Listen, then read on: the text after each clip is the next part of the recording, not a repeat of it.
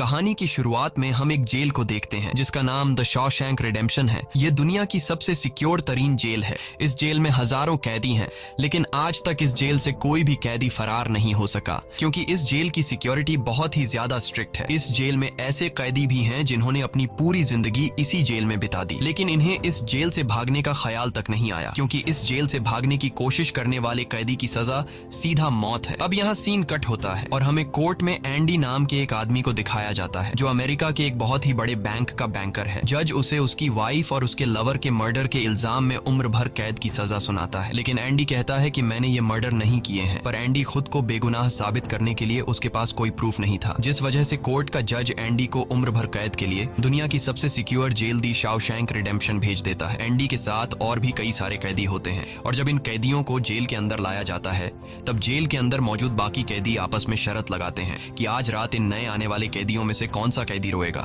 और इसके लिए ये लोग एक डिब्बी सिगरेट की शर्त लगाते हैं। ये लोग बाहर लाइन से खड़े नए आने वाले कैदियों में से एक एक कैदी को चुन लेते हैं। तब रेड नाम का एक कैदी एंडी पर दांव लगाता है क्योंकि उसे लगता है कि एंडी बहुत ही मासूम है और वो बहुत ही अमीर घर का है जिसने कभी तकलीफ नहीं झेली, इसलिए उसे लगता है कि वो आज रात सबसे पहले रोएगा। इसके बाद सभी कैदियों को लाइन से जेल के अंदर लाया जाता है और हर एक कैदी को उसके सेल में बंद कर दिया जाता है। कुछ देर बाद रात हो जाती है और तब पुराने कैदी नए आने वाले कैदियों पर चिल्लाने लगते हैं ताकि उनमें से कोई डर जाए और रोने लगे, और ऐसा ही होता है। इन नए आने वाले कैदियों में से एक कैदी फूट फूट कर रोने लगता है और कहता है कि मुझे घर जाना है। तब वहाँ गार्ड आते हैं और उसे रोने से मना करते हैं, लेकिन जब वो आदमी रोना बंद नहीं करता तब गार्ड उसे सेल से बाहर निकालकर इतना पीटते हैं कि वह बेहोश हो जाता है। दूसरी तरफ रेड एंडी पर लगाया हुआ दांव हार जाता है और रेड समझ जाता है कि एंडी बहुत ही स्ट्रांग है क्योंकि इतना डराने के बावजूद उसने एक आवाज तक नहीं की। इसलिए अगले दिन रेड अपने साथी को सिगरेट का एक डिब्बा दे देता है क्योंकि रेड एंडी पर लगाया हुआ दांव हार चुका था। तभी हम एंडी को देखते हैं जो अकेला चुपचाप ब्रेकफास्ट कर रहा होता है। तब एंडी की मुलाकात जेल के सबसे पुराने कैदी ब्रुक्स से होती है। ब्रुक्स को यहाँ इस जेल में लगभग 50 साल पूरे होने वाले हैं। एंडी समझदारी से ब्रुक्स से इस जेल के सभी छोटे बड़े रूल्स और हर एक कैदी के बारे में जानने की कोशिश करता है। तब ब्रुक्स एंडी को जेल का हर एक सीक्रेट बता देता है और वो एंडी से कहता है कि अगर तुम्हें जेल के बाहर से कुछ मंगवाना हो तो रेड नाम के कैदी के पास जाना। ये सुनते ही एंडी भी इंतजार नहीं करता और वह सीधा रेड के पास पहुंच जाता है और रेड से कहता है कि मैंने सुना है तुम बाहर से किसी भी चीज को अंदर मंगवा सकते हो। तब रेड कहता है हाँ मैं मंगवा सकता हूँ, लेकिन ऐसी चीज जो यहाँ से भागने या फिर किसी को मारने में काम ना आती हो। एंडी रेड से कहता है कि मुझे हैमर यानी एक हथौड़ा चाहिए। हथौड़े का नाम सुनते ही रेड कहता है कि तुम्हें हथौड़ा ही क्यों चाहिए, क्या तुम हथौड़े से किसी को मारने वाले तो नहीं हो? तब एंडी कहता है नहीं, मैं किसी को मारने वाला नहीं हूँ, मेरा यहाँ कोई भी दुश्मन नहीं है। ये सुनकर रेड कहता है कि तुम्हारा यहाँ दुश्मन तो नहीं है, लेकिन जल्द ही कुछ लोग तुम्हारे दुश्मन बनने वाले हैं। वो कुछ लोगों की तरफ इशारा करके एंडी को वार्न करता है कि इन लोगों की गंदी नजर तुम पर है, इसलिए इनसे बच कर रहना। अगले दिन एंडी के कहने पर रेड उसके लिए हैमर मंगवा देता है और जब वो हथौड़ा देखता है तो रेड हंसने लगता है क्योंकि हथौड़ा साइज में बहुत ही छोटा होता है और रेड मन ही मन सोचता है कि इस हथौड़े से जेल में सुरंग बनाने में 600 साल लग जाएंगे। इसके बाद रेड ब्रुक्स के जरिए एंडी के सेल तक हथौड़ा पहुंचा देता है। ऐसे ही दिन बीतते हैं और एक दिन जब एंडी लॉन्ड्री में काम कर रहा होता है तब वो 3 लोग जिनकी एंडी पर गंदी नजर होती है वो एंडी को पकड़ लेते हैं। एंडी उनसे अपने आप को छुड़ाने की कोशिश करता है पर 3 लोगों को वह अकेले कंट्रोल नहीं कर पा रहा था, इसलिए ये तीनों पहले एंडी को खूब पीटते हैं और फिर एंडी के साथ गलत करते हैं। यह सिलसिला इसी तरह चलता रहता है। ये लोग हमेशा एंडी को पकड़ते और फिर उसे मारकर उसके साथ गलत करते रहते। इस तरह से 2 साल बीत जाते हैं और एक अनाउंस होता है कि छत की मरम्मत के लिए कुछ लोगों की जरूरत है। यहाँ कैदियों की एक टीम छत के काम के लिए तैयार हो जाती है जिसमें रेड और एंडी भी शामिल होते हैं। ये लोग सब अपने काम पर लग जाते हैं और छत पर उनकी देखभाल की जिम्मेदारी एक बहुत ही सख्त सिक्योरिटी गार्ड की होती है जिसका नाम हैडली है। हैडली बहुत ही स्ट्रिक्ट इंसान है जो जरा सी गलती पर कैदियों को बहुत बुरी तरह पीटता है। जब सभी कैदी छत पर काम कर रहे होते हैं तब हैडली थोड़ा परेशान होता है और अपने साथियों से कहता है कि मेरे भाई की हाल ही में मौत हुई है जिसके अकाउंट में $30,000 पड़े हैं। अब मेरे भाई का मेरे अलावा इस दुनिया में और कोई नहीं है, इसलिए उसके पैसे पर मेरा हक बनता है। लेकिन परेशानी की बात यह है कि जब मैं इन $30,000 को अपने अकाउंट में ट्रांसफर करूंगा तब सरकार मुझसे टैक्स के रूप में सारे पैसे ले लेगी। हैडली जब अपने साथियों से यह बातें कर रहा था तब एंडी भी इसकी सारी बातें सुन लेता है। एंडी जो कि एक बहुत बड़ा बैंकर है, उसे पता था कि इन पैसों को बिना गवर्नमेंट को टैक्स दिए कैसे निकाला जा सकता है। इसके बाद एंडी बिना सोचे हैडली के पास जाता है और उससे कहता है कि क्या तुम अपनी बीवी पर भरोसा करते हो? ये बात सुनते ही हैडली हैडली को गुस्सा आ जाता है और वह एंडी को पकड़कर छत के किनारे ले जाता है, लेकिन उसे नीचे फेंकने से पहले एंडी उसे बताता है, अगर तुम अपनी बीवी पर भरोसा करते हो कि वह तुम्हें धोखा नहीं देगी तो तुम आसानी से अपने भाई के पैसे अपनी वाइफ के अकाउंट में ट्रांसफर कर सकते हो, वह भी बिना टैक्स दिए, क्योंकि गवर्नमेंट का एक रूल है कि कोई भी इंसान अपनी पत्नी को पूरे जीवन में $60,000 तक गिफ्ट कर सकता है और इन पैसों पर कोई टैक्स नहीं लगता। और एंडी यह भी कहता है कि अगर तुम बाहर से किसी लॉयर को रखोगे तो वह तुमसे बहुत ज्यादा पैसे चार्ज करेगा, लेकिन मैं ये काम तुम्हारे लिए फ्री में कर सकता हूँ। तब हैडली पूछता है, बदले में तुम्हें क्या चाहिए? इस पर एंडी मुस्कुराते हुए कहता है, मुझे कुछ नहीं चाहिए, जब तुम्हारा काम हो जाए तुम बस मेरे सारे दोस्तों को बियर पिला देना। और अगले दिन सभी कैदी छत पर बैठकर बियर का मजा ले रहे होते हैं, यानी एंडी ने हैडली का काम कर दिया था, लेकिन एंडी बियर नहीं पीता। वह एक कोने में बैठकर सभी को बियर पीते देखकर खुश होता है। एंडी के साथी भी उससे बहुत खुश होते हैं, क्योंकि जेल में बियर पीना ऑलमोस्ट इम्पॉसिबल था, लेकिन एंडी की वजह से उनकी यह इच्छा पूरी हुई। फिर समय ऐसे ही बीतता है और एंडी और रेड की दोस्ती गहरी हो जाती है। कुछ दिन बाद जेल में सभी कैदियों को फिल्म दिखाई जाती है और सभी लोग रीटा हेवर्थ की फिल्म देख रहे होते हैं। तब एंडी रेड के पास आकर कहता है, मुझे रीटा हेवर्थ का एक बड़ा पोस्टर चाहिए। एंडी रेड से इसलिए पोस्टर मांगता है क्योंकि पूरे जेल में एक रेड ही था जो बाहर से किसी भी चीज को मंगवा सकता था। इसके बाद एंडी बाहर निकलता है, लेकिन जैसे ही वह बाहर आता है वहाँ वही 3 लोग खड़े होते हैं जो एंडी के साथ गलत करते थे। वह एंडी से कहते हैं, चलो हमारे साथ, लेकिन इस बार एंडी मना कर देता है। एंडी के मना करने पर वो लोग उसे पकड़ लेते हैं और उसके साथ जबरदस्ती करने की कोशिश करते हैं, लेकिन एंडी भी उनका मुकाबला करता है। पर वो लोग 3 होते हैं, जिस वजह से वो एंडी को बहुत ही बुरी तरह से पीटते हैं। पर आज ये लोग एंडी के साथ कुछ कर नहीं पाते, लेकिन एंडी को ये लोग इतना मारते हैं कि एंडी 1 महीने के लिए अस्पताल में चला जाता है और साथ ही वो आदमी जिसने एंडी को मारा होता है उसे 1 हफ्ते के लिए काल कोठरी में डाल दिया जाता है। 1 हफ्ते बाद जब वो वापस अपने सेल में आता है तो वहां पर वही ऑफिसर होता है जिसका एंडी ने $30,000 का टैक्स बचाया था, और इस ऑफिसर को किसी ने बता दिया था कि एंडी को इस आदमी ने इतना मारा है कि वो बेचारा 1 महीने के लिए अस्पताल में चला गया है। अब यहाँ वो ऑफिसर उस आदमी को इतनी बुरी तरह से मारता है कि वो हमेशा के लिए पैरालाइज हो जाता है। 1 महीने बाद जब अस्पताल से एंडी वापस अपने सेल में आता है तब उसे अपने सेल में रीटा हेवर्थ का एक बड़ा पोस्टर मिलता है, जो कि असल में एक वेलकम गिफ्ट होता है रेड की तरफ से। इस तरह से दिन गुजरते हैं और एक दिन जेल का वार्डन सिक्योरिटी गार्ड के साथ एंडी के सेल में आता है और उसके सेल की तलाशी करवाता है। सेल की चेकिंग लेने के बाद जब वार्डन को कुछ नहीं मिलता तब वार्डन की नजर सामने लगे पोस्टर पर पड़ती है। वार्डन कहता है कि वैसे तो मैं सेल में पोस्टर अलाउ नहीं करता, पर तुम इसे अपने सेल में लगा सकते हो। दरअसल तलाशी तो एक बहाना होता है। वार्डन को इस ऑफिसर ने बताया था कि किस तरह से एंडी ने उसका $30,000 का टैक्स बचाया, इसीलिए वार्डन अपने फायदे के लिए एंडी से मिलना चाहता था। एंडी के हाथ में बाइबल होती है जिसे वह ले लेता है और बाइबल को लेकर वह यहाँ से निकल जाता है, पर कुछ ही दूर जाने के बाद वह वापस लौट कर आता है और उसके हाथ में जो एंडी की बाइबल होती है वह उसे लौटाते हुए कहता है कि मुक्ति इसी में है। अगले दिन वार्डन एंडी को अपने ऑफिस में बुलाता है और कहता है कि तुम्हारे जैसे इंटेलिजेंट आदमी को जेल की सलाखों के पीछे नहीं रहना चाहिए, इसलिए वार्डन एंडी को लाइब्रेरी का असिस्टेंट बना देता है। लाइब्रेरी में वही बुक्स नाम का बूढ़ा आदमी होता है जो कई सालों से लाइब्रेरी संभाल रहा है। तभी वो ऑफिसर जिसके लिए एंडी ने $30,000 बचाए थे वह एक दूसरे ऑफिसर को एंडी के पास लेकर आता है।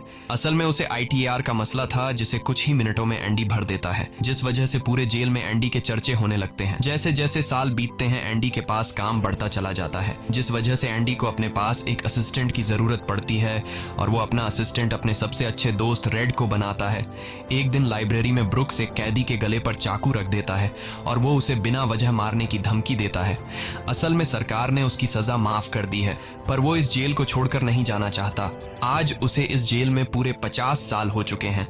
उसकी पूरी जिंदगी इसी जेल में बीत गई है और वो बिल्कुल भूल चुका है कि बाहर की दुनिया कैसी है। ये जेल की दुनिया ही उसकी असली दुनिया है और उसे लगता है कि अगर उसने किसी का खून कर दिया तो उसकी सजा बढ़ जाएगी और उसे इसी जेल में रखा जाएगा। एंडी के समझाने पर ब्रुक्स उस आदमी को जिसकी गर्दन पर उसने चाकू रखा था छोड़ देता है। अब न चाहते हुए भी ब्रुक्स जब जेल से छूटने के बाद बाहर आता है तो उसे बाहर की दुनिया बहुत अजीब लगती है। 50 सालों में बाहर की दुनिया की रफ्तार काफी ज्यादा बढ़ गई होती है। जहाँ सड़क पर पहले एक गाड़ी दिखती थी, अब सड़कों पर गाड़ियों की भीड़ है। कुछ दिन बाद वो एक सुपरमार्केट में काम करने लगता है, लेकिन उसका बाहर की दुनिया में बिल्कुल भी मन नहीं लगता। उसे बार बार जेल की याद आती है और वो जेल में वापस आना चाहता है। इसीलिए वो कभी कभी सोचता है कि वो कोई क्राइम करे ताकि वह फिर से इस जेल में जा सके। लेकिन ब्रुक्स इस उम्र में कोई भी क्राइम नहीं करना चाहता था और इस भीड़ भाड़ वाली तेज रफ्तार वाली जिंदगी में ब्रुक्स सरवाइव नहीं कर पाता और अपनी जान दे देता है। मरने से पहले वो जेल में अपने साथियों के नाम एक खत लिखता है जिसे पढ़ते हुए सभी बहुत ज्यादा इमोशनल हो जाते हैं। वहीं हमें जेल दिखाई जाती है जहां पर वार्डन एक नया प्रोग्राम शुरू करता है। इस प्रोग्राम में जेल की कैदियों को बाहर ले जाकर काम करवाया जाएगा ताकि उन्हें पता चल सके कि मेहनत से पैसे कैसे कमाए जाते हैं, और कैदी भी इस काम के लिए मान जाते हैं क्योंकि वह सब भी बाहर की हवा खाना चाहते थे। और इस तरह से वार्डन इन कैदियों से काम लेता है। पर इस प्रोजेक्ट के जरिए वार्डन को बहुत सारे कॉन्ट्रैक्ट मिल जाते हैं क्योंकि जेल के कैदियों की लेबर बहुत सस्ती होती है और जो बाहर की लोकल कंस्ट्रक्शन लेबर की टीम होती है उन्हें कहीं पर भी काम नहीं मिलता क्योंकि वार्डन उनका काम आधी कीमत पर अपने कैदियों से करवाता है। और वार्डन आधी कीमत पर काम इसलिए करता है क्योंकि कैदी कोई लेबर तो थे नहीं जिनको वार्डन दिहाड़ी दे पाता, इसलिए वार्डन फ्री में कैदियों से काम करवाकर बहुत सारा पैसा कमाने लगता है और उसका यह पैसा ब्लैक का होता है। लेकिन एंडी एक बैंकर होने की वजह से वार्डन का सारा ब्लैक मनी व्हाइट में बदल देता है। दरअसल एंडी इन पैसों को एक ऐसे आदमी के नाम पर जमा करता है जो इस दुनिया में है ही नहीं, और वह उसके अकाउंट में सारा पैसा ट्रांसफर कर देता है ताकि अगर कल को पुलिस को पता भी चल जाए तो पुलिस एक ऐसे आदमी को ढूंढ रही होगी जो इस दुनिया में कभी पैदा ही नहीं हुआ। अब यहाँ जेल में एक नया कैदी आता है जिसका नाम टॉमी है। टॉमी बहुत यंग होता है और वह इस छोटी सी उम्र में कई सारी जेलों में जा चुका है। टॉमी एक बहुत ही फ्रेंडली नेचर का था, इसलिए उसकी जल्द ही जेल में बहुत से कैदियों से दोस्ती हो जाती है। एक दिन खाने की टेबल पर टॉमी सबसे कहता है कि मैं पिछले कई सालों से चोरी कर रहा हूँ, इसलिए मैं यहाँ की कई सारी जेलों में जा चुका हूँ और इस बार भी मैं चोरी की वजह से इस जेल में आया हूँ। टॉमी की बात सुनते हुए एंडी उसे कहता है कि अगर तुम चोरी करने के बाद बार बार पकड़े जा रहे हो तो इसका मतलब ये है कि यह काम तुम पर सूट नहीं करता, इसलिए तुम्हें चोरी करना छोड़ देना चाहिए। टॉमी को एंडी की यह बात बिल्कुल ठीक लगती है, इसलिए टॉमी रेड से एंडी के बारे में जानकारी लेने लगता है। टॉमी रेड से कहता है कि एंडी बहुत ही इंटेलिजेंट और डिसेंट इंसान है, उसे जेल क्यों हुई है। रेड उसे बताता है कि एंडी एक बहुत बड़ा बैंकर था लेकिन उसने अपनी वाइफ और उसके लवर का कत्ल किया जिस वजह से उसे उम्र भर कैद हुई। यह सुनकर टॉमी सोच में पड़ जाता है, जैसे उसे कुछ याद आया हो। उसके बाद वह एंडी को बुला लेता है। अब टॉमी के सामने एंडी और रेड होते हैं। टॉमी इन दोनों को बताता है कि 4 साल पहले मैं एक जेल में गया था जहां पर मुझे एक कैदी मिला और उस कैदी ने मुझे बताया कि एक रात वह एक घर में चोरी करने गया। चोरी के दौरान उस घर का मालिक जाग गया। अब पकड़े जाने के डर से उसने उस घर के मालिक और उसकी पत्नी को मार डाला। बाद में उसे पता चला कि वो दोनों पति पत्नी नहीं थे बल्कि लवर थे और वो औरत एक बहुत बड़े बैंकर की पत्नी थी। कुछ समय बाद जब मैंने अखबार में न्यूज पढ़ी तो मुझे पता चला कि पुलिस ने जब इन 2 मर्डर्स के बारे में जांच की तो पुलिस को शक हुआ कि इन दोनों को बैंकर ने मारा है, इसलिए बैंकर को उसकी पत्नी और उसकी पत्नी के लवर के हत्या के इल्जाम में गिरफ्तार कर लिया गया। यहाँ हमें पता चलता है कि एंडी बेगुनाह था। ये सब जानने के बाद एंडी वार्डन के पास जाता है और उससे ये सारी बातें बताता है, पर वार्डन जानबूझकर उसकी बातों पर विश्वास नहीं करता क्योंकि एंडी वह इंसान है जो उसके काले पैसों को व्हाइट में बदलता है और वार्डन के सारे राज जानता है। इसलिए अगर एंडी यहाँ से चला गया तो वार्डन न तो और पैसे कमा पाएगा और शायद उसके ब्लैक पैसों का राज भी खुल जाएगा। इसलिए वह एंडी से कहता है कि यह एक झूठी कहानी है, मुझे ऐसी कहानियां रोज सुनने को मिलती हैं। एंडी वार्डन से वादा करता है कि अगर मैं आजाद भी हो गया तो मैं तुम्हारा राज ही रखूंगा, लेकिन वार्डन एंडी की कोई भी बात नहीं सुनता। यह देखकर एंडी को बहुत गुस्सा आता है कि मैंने इस आदमी की इतनी मदद की लेकिन आज बेगुनाह होने के बावजूद भी मुझे यह बाहर नहीं जाने दे रहा, इसलिए एंडी वार्डन पर चिल्ला पड़ता है। तब वार्डन एंडी को 1 महीने के लिए काल कोठरी में डाल देता है और उसके बाद वह सीधे टॉमी के पास जाता है और वार्डन टॉमी से पूछता है कि क्या तुमने जो बातें एंडी को बताई हैं वह सारी सच हैं। टॉमी कहता है हाँ ये बिल्कुल सच है। इसके बाद वह टॉमी से कहता है कि क्या अगर तुम्हें कोर्ट में बुलाया जाए तो तुम कोर्ट में इस बात की गवाही दे सकते हो। तब टॉमी कहता है हाँ मैं इसके लिए तैयार हूँ। यह सुनते ही वार्डन ऊपर गार्ड को इशारा करता है और वह गार्ड टॉमी को गोलियों से छलनी कर देता है। इसके बाद वार्डन एंडी के पास जाता है और उसे कहता है कि टॉमी ने भागने की कोशिश की थी इसलिए उसे गोली मार दी गई। लेकिन एंडी समझ जाता है कि टॉमी को क्यों मारा गया और एंडी मन ही मन सोचता है कि वार्डन बहुत ही घटिया इंसान है। एंडी वार्डन से कहता है कि आज के बाद मैं तुम्हारा काम कभी नहीं करूंगा। तब वार्डन कहता है कि मेरा काम तो तुम्हें ही करना पड़ेगा वरना मैं यह जेल तुम्हारे लिए नरक बना दूंगा। और जाते हुए वार्डन सिक्योरिटी गार्ड से कहता है कि उसे 1 और महीने के लिए काल कोठरी में रखो। काल कोठरी एक बहुत ही खौफनाक जगह थी जहाँ काले अंधेरों में कैदी को पूरे 1 महीने रहना पड़ता था। अब एंडी इस काल कोठरी में 1 महीना तो बिता चुका था लेकिन अब उसे 1 और महीना उसी अंधेरे वाले छोटे से कमरे में बिताना पड़ेगा। बाहर पूरे जेल में यह खबर फैल जाती है कि एंडी उस गुनाह की सजा काट रहा है जो उसने कभी किया ही नहीं था। जेल के अंदर मौजूद सभी कैदियों को एंडी के लिए बहुत दुख होता है। अब काल कोठरी में पूरे 2 महीने गुजारने के बाद जब एंडी बाहर आता है तो रेड उसके पास आता है। एंडी रेड से पूछता है कि क्या तुम कभी इस जेल से बाहर निकल पाओगे। रेड कहता है हाँ, लेकिन तब जब मैं बहुत बूढ़ा हो गया होऊंगा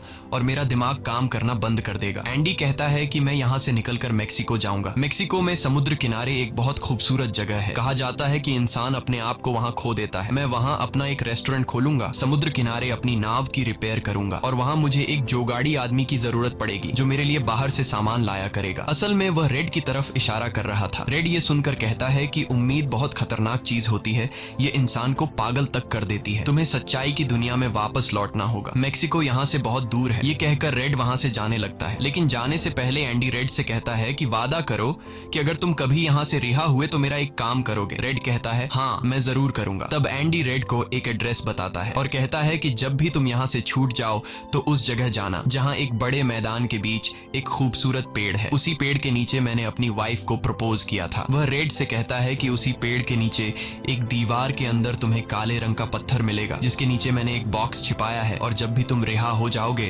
तो वहां जाकर उस पत्थर के नीचे उस बॉक्स को देखना कि उसमें क्या है। यह कहकर एंडी वहां से चला जाता है और सीधा वार्डन के पास पहुंचता है। वह वार्डन का काम पूरा करके उसके सारे डॉक्यूमेंट्स एक खास तिजोरी में रखता है। डॉक्यूमेंट्स रखने के बाद वार्डन एंडी को अपने कपड़े देता है। वह एंडी से कहता है कि मेरे कपड़े प्रेस करवा देना और मेरे जूतों को शीशे की तरह चमका देना। इसके बाद एंडी वापस अपने सेल में आ जाता है। वहीं दूसरी तरफ रेड आज रात बहुत परेशान होता है क्योंकि उसे डर था कि एंडी कहीं खुद को मार न दे। इस तरह से रात गुजर जाती है और सुबह होती है। सुबह होते ही सभी कैदियों के सेल के दरवाजे खुल जाते हैं और सभी कैदी बाहर आ जाते हैं, लेकिन एंडी सेल से बाहर नहीं आता। ये पिछले 20 सालों में पहली बार ऐसा हो रहा था कि कोई कैदी सुबह अपने सेल से बाहर नहीं आया। तब रेड की नजर भी एंडी के सेल की तरफ होती है और रेड की परेशानी बढ़ती रहती है कि कहीं एंडी ने खुद को मार तो नहीं दिया। तभी एक गार्ड बहुत गुस्से में एंडी के सेल की तरफ जाता है, लेकिन वहां पहुंचकर जब वह देखता है तो उसकी आंखें खुली की खुली रह जाती हैं क्योंकि अंदर सेल में कोई भी नहीं था और एंडी वहां से फरार हो चुका था। अब हम वार्डन को देखते हैं जो अपने जूते पहनने के लिए निकालता है, लेकिन उस बॉक्स में उसके नहीं बल्कि एंडी के पुराने जूते होते हैं। और तभी पूरे जेल में सायरन बजने लगता है और यह सायरन होता है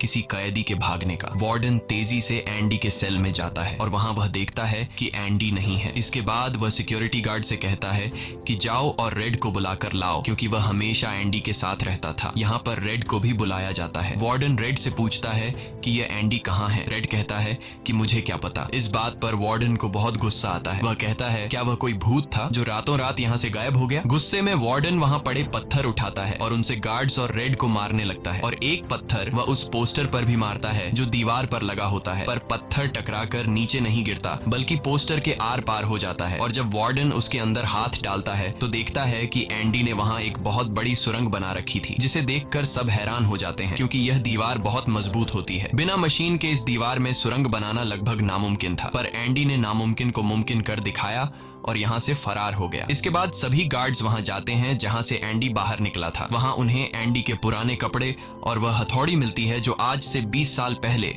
एंडी ने रेड से मंगवाई थी। ये वही हथौड़ी होती है जिससे पिछले 20 सालों से एंडी अपनी सेल की दीवार में सुरंग बना रहा था। 20 सालों से एंडी ने यह काम इतनी बारीकी से किया कि किसी को पता तक नहीं चला। साथ ही दीवार से जो भी मिट्टी निकलती थी वह उसे अपनी जेब में रखकर ग्राउंड में बिखेर देता था। एंडी ने आखिरी बार जब वार्डन के लिए काम किया था तो वह वार्डन के काले पैसों के सारे डॉक्यूमेंट्स अपने पास रख लेता है और उसके पास जो उसकी बाइबल होती है वह उसे वार्डन की नजरों के सामने चालाकी से उसकी तिजोरी में रख देता है और एंडी वार्डन को ऐसे दिखाता है कि जैसे ये बाइबल नहीं बल्कि उसके डॉक्यूमेंट्स हैं। साथ ही वार्डन ने जो अपने कपड़े उसे प्रेस करने के लिए दिए थे, एंडी पहले वार्डन के कपड़ों को पहनता है और फिर उसके ऊपर अपने पुराने कपड़े पहन लेता है और वे जूते जो वार्डन ने उसे शीशे की तरह चमकाने के लिए दिए थे, एंडी उन्हें पहनकर निकल जाता है। रात को जैसे ही सारी लाइट्स बंद होती हैं, एंडी अपने सेल में की गई सुरंग से बाहर निकलता है। इसके बाद वह एक गटर का पाइप तोड़ता है और उस पतले से गटर के पाइप में रेंगता हुआ उस जेल से फरार हो जाता है जिससे आज तक कोई भी भाग नहीं सका था। हालांकि एंडी जिस गटर के पाइप से रेंगता हुआ बाहर निकला था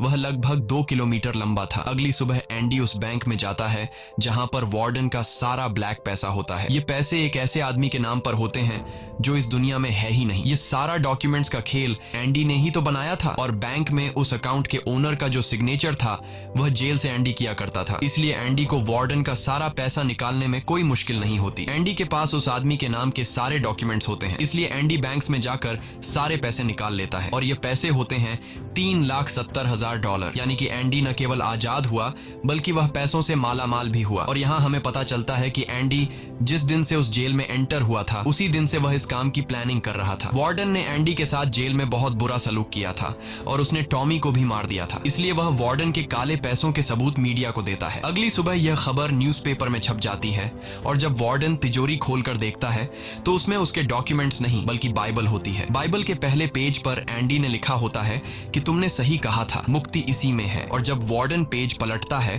तो वह देखता है कि वहां पर हथौड़ी का एक निशान होता है। दरअसल एंडी ने बाइबल के पेजेस को हथौड़ी की शेप में काटकर एक सांचा बनाया हुआ था जिसके अंदर वह अपनी हथौड़ी छिपाया करता था। और आज से 20 साल पहले जब वार्डन पहली बार एंडी की सेल में गया था और उसने एंडी की बाइबल उसके हाथ से लेकर वापस उसे लौटा दी थी, उस समय भी वह हथौड़ी उसी बाइबल के अंदर थी। यह देखकर वार्डन को एक बहुत बड़ा झटका लगता है। दूसरी तरफ वार्डन के काले पैसों की खबर पूरे शहर में फैल चुकी थी, इसलिए जेल के बाहर रिपोर्टर्स और पुलिस वार्डन को गिरफ्तार करने के लिए आ रही होती है। और इससे पहले कि पुलिस उसे गिरफ्तार करती, वार्डन अपने आप को गोली मार देता है। कुछ समय बीतने के बाद एंडी के दोस्त रेड की सजा भी माफ कर दी जाती है और उसे गवर्नमेंट की तरफ से एक नौकरी भी दिलाई जाती है। पर बाहर की दुनिया में रेड का दिल बिल्कुल नहीं लगता क्योंकि उसने अपनी जिंदगी के 40 साल जेल में गुजारे थे। रेड भी उसी कमरे में रहता है जहां पर ब्रुक्स रहा करता था और रेड भी अपनी जान देना चाहता है, पर तभी उसे याद आता है कि उसने एंडी से वादा किया था। इसके बाद वह उस जगह के लिए गाड़ी में रवाना हो जाता है और वह उस बड़े घास के मैदान में जाता है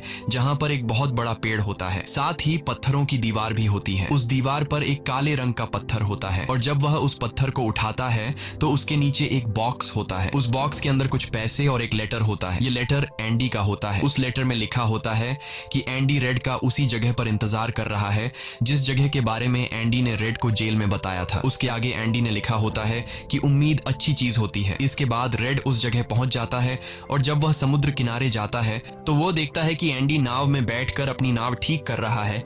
यह जगह, यह सब कुछ एंडी का वह सपना होता है जो उसने जेल में रेड से शेयर किया था और रेड ने कहा था कि उम्मीद अच्छी नहीं होती। इसके बाद यह दोनों एक दूसरे को गले लगाते हैं और इसी के साथ ये कहानी खत्म हो जाती है। अगर आपको यह वीडियो अच्छी लगी हो तो हमारे चैनल को सब्सक्राइब और वीडियो को लाइक जरूर कीजिएगा।